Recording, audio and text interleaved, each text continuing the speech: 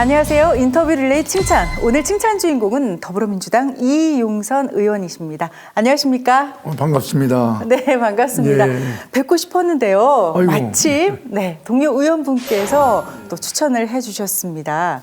어떤 칭찬일지 그래도 궁금하실 텐데 저희가 화면에 담아왔습니다. 함께 보시죠. 우리 이 의원님, 제가 보면 정말 배울 게 많습니다. 그 정책 문제에서 외교 통일에서 누구보다도 치열하게 고민하시고 평가하고 그리고 굉장히 진솔하게 그것을 상임위 질의응답 과정에서 말씀을 하십니다.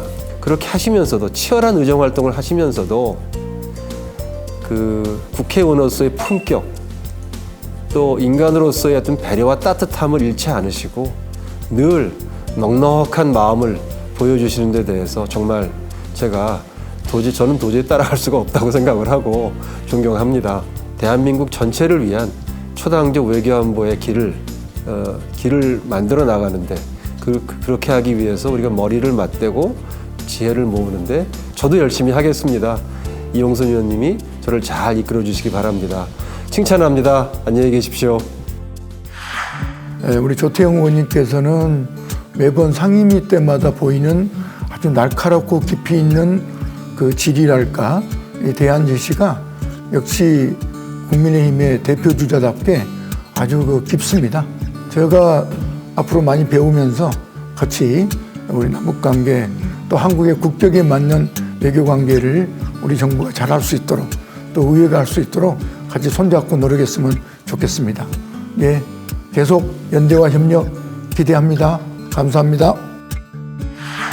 제21대 국회의원 더불어민주당 이용선, 조태용 의원이 경청과 존중의 정치로 한반도와 세계 평화에 기여하는 이용선 의원을 칭찬합니다.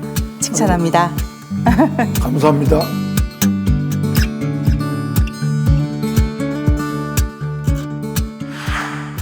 자, 이제 그럼 본격적으로 더불어민주당 이용선 의원님과 이야기를 나눠보도록 하겠습니다. 네, 의원님의 지역구는 양천구 을 지역이라고 알고 있습니다. 예. 그러니까 신월동, 신정구 그쪽이죠. 그런데 지금 가장 좀 신경이 쓰이는 현안은 어떤 것들이 있을까요? 서남권이 전반적으로 교통이 좀 불편하긴 한데 저희 그 양천을 같은 경우는 신월동 7개 동에 지하철역이 하나도 없습니다. 아이고, 그렇습니까? 예, 교통 문제 핵심은 지하철이거든요. 네. 그래서 지금 지하철 문제에 관해서 꽤 진전이 이루어지고 있는데 하나는 이 서부 지역, 경기부터 서울의 서부 지역의 교통 문제 해결을 위해서 서부광역철도가 추진되고 있는데 큰 돌파를 했습니다. 이제 3자 협의라고 해서 민자 그 투자 회사를 확정하는 절차를 거치게 됩니다. 그걸 거치게 되면 이제 설계와 시공 등의 절차를 진행하는데 큰 고비는 다 넘어갔다. 이렇게 이제 보시면 되고요. 그 다음에 남부순환도로의 교통 문제를 해결하는 가장 중요한 것은 목동선입니다. 이 목동선은 소위 서울시에서 100% 재정 사업으로 제의를 해서 내년 하반기에 그 예타 절차를 잘 매듭을 지으면 그때부터는 드디어 예산이 편성돼서 설계와 착공을 이제 진행하게 되는 적어도 한 80, 90% 정도에 도달해 있다 이렇게 좀 보면 좋겠고요. 이거에 대한 주민들의 관심과 기대가 매우 크다 이렇게 보시면 좋겠습니다. 열심히 뛰는 모습에 아마 주민도 관심을 좀 갖고 계셨던 것 같습니다. 예. 의원님께 드릴 말씀이 있다고 하는데요. 예. 저희가 담아왔습니다. 함께 예. 보시죠.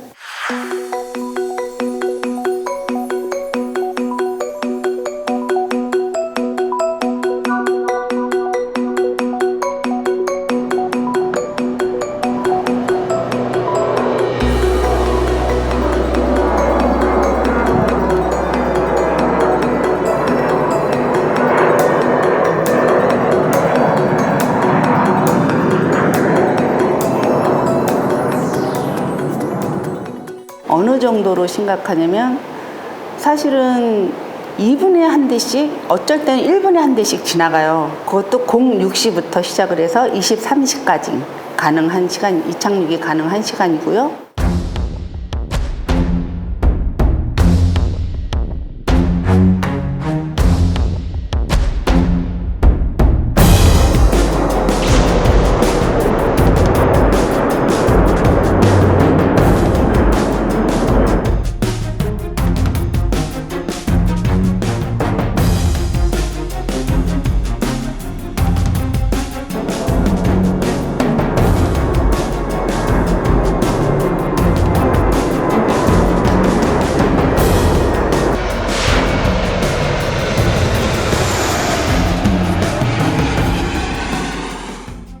볼 수 없고 뭐 핸드폰도 잘 되지도 않고 고통을 호소를 하고 어떤 분들은 뭐 청력이 안 좋다.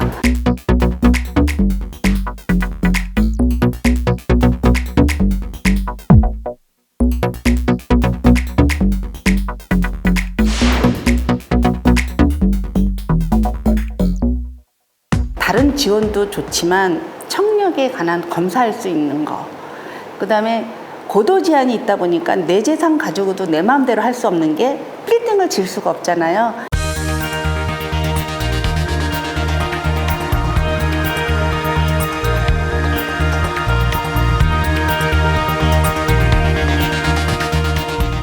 이 지역에 와서 의원님 되기 전서부터 거의 10년이 됐는데 그 10년 전하고 지금하고 너무 똑같은 모습이 너무너무 감사하고요. 앞으로도 열심히 일하는 모습 뵙겠습니다. 감사합니다. 아, 진짜 이게 생활하면서요, 소음을 좀 접한다는 게 굉장히 스트레스일 것 같습니다. 근데 정말 한 공기 소음 괴로울 것 같아요. 그 일반 사람들은 잘 모릅니다. 소위 비행기가 아까 그 2, 3분 예. 단위로 다니고 네. 비행기가 다닐 때는 식구와 대화가 불가능.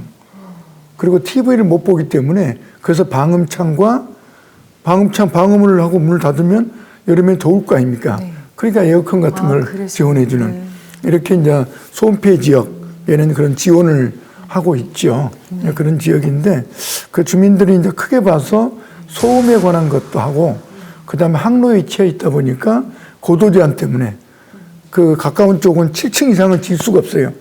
그러니까 뉴타운 개발 같은 것을 계획했다가 다 무산이 되는 거예요.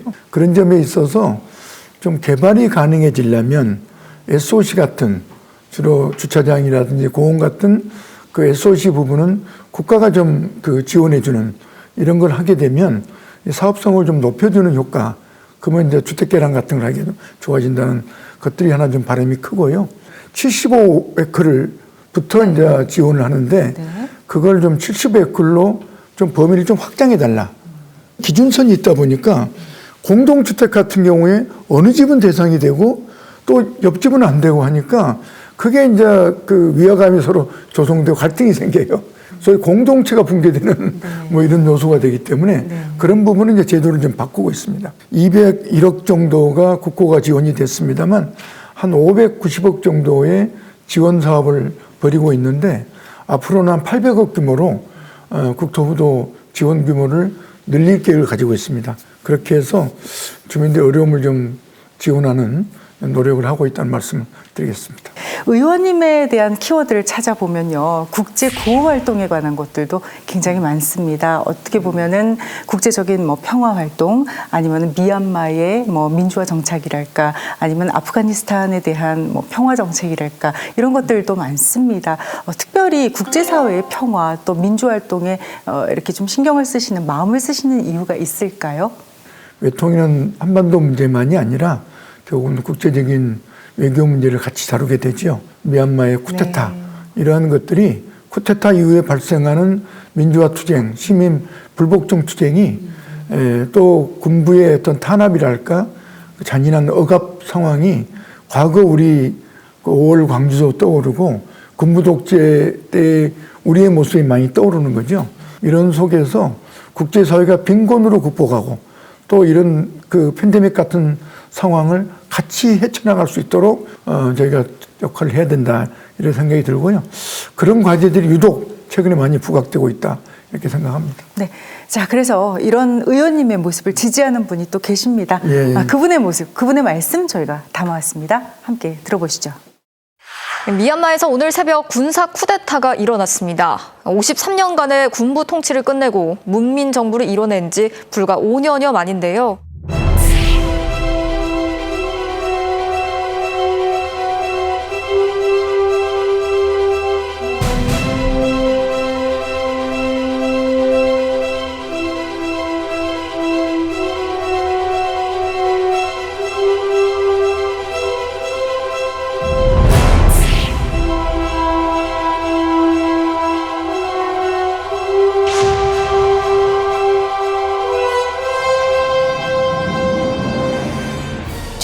이번 2021년이죠. 저희 1학기, 4학년 1학기 때는 빨리 끝날 수 있겠다라는 생각으로 공부도 하고, 근데 이 2학기 9월이 지나다 보니까 상황도 더 심각해지고, 이게 집에 돌아갈 수 있겠나, 어머니를 볼 수 있겠나, 이게 별 생각이 많이 했었어요.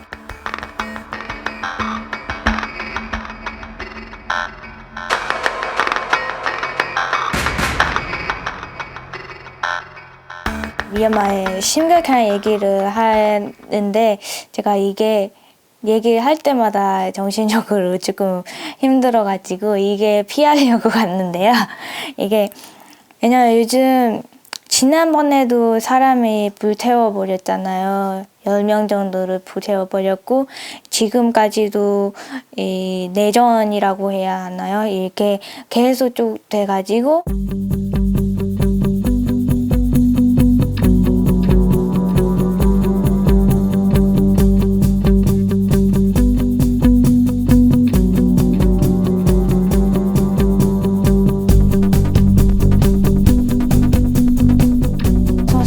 어떻게든 빨리 진정됐으면 좋겠고, 한국 분들도 많이 관심이 가져주셨어요. 왜냐면 2월 달부터 계속 하니까 미얀마 사람들도 지치는 상황이어서 한국인들이 이렇게 지금까지도 관심 주시는 것만으로도 감사해요.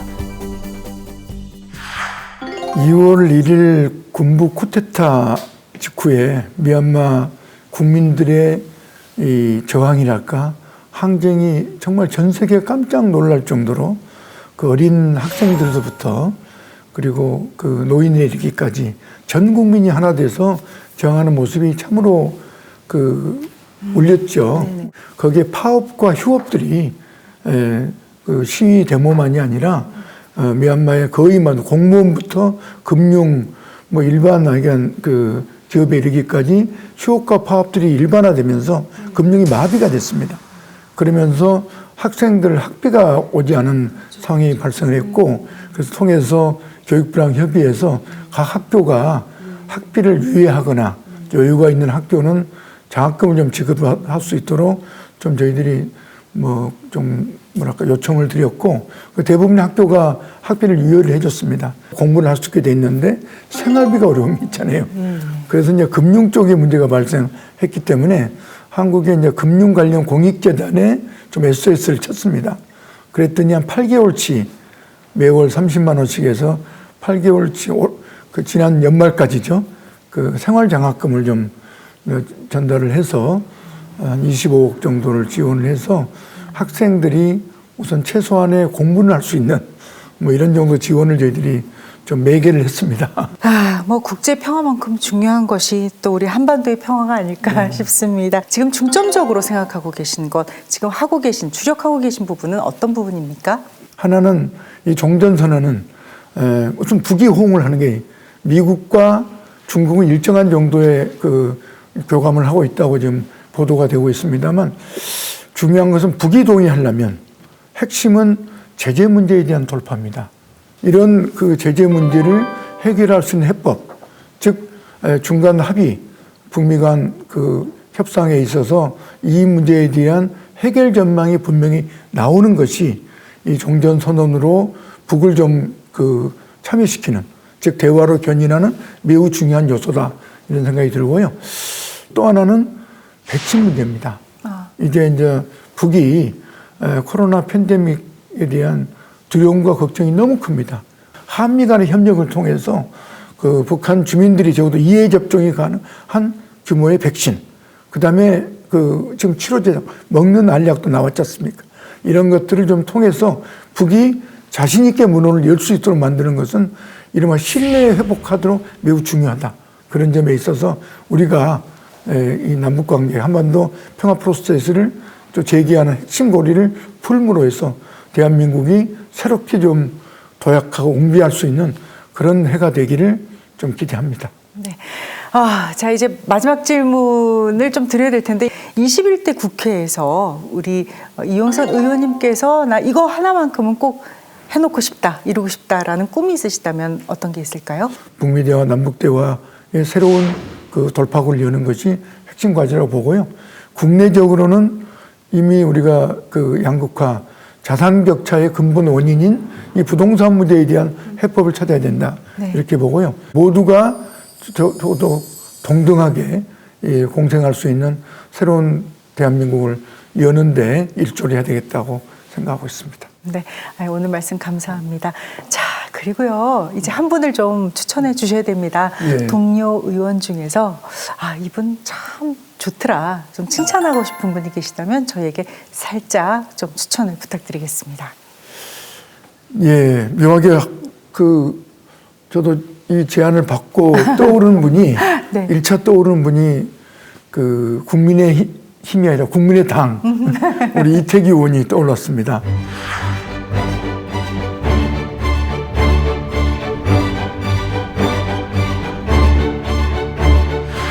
이태기 의원님, 내가 칭찬 대상 의원으로 선정했는데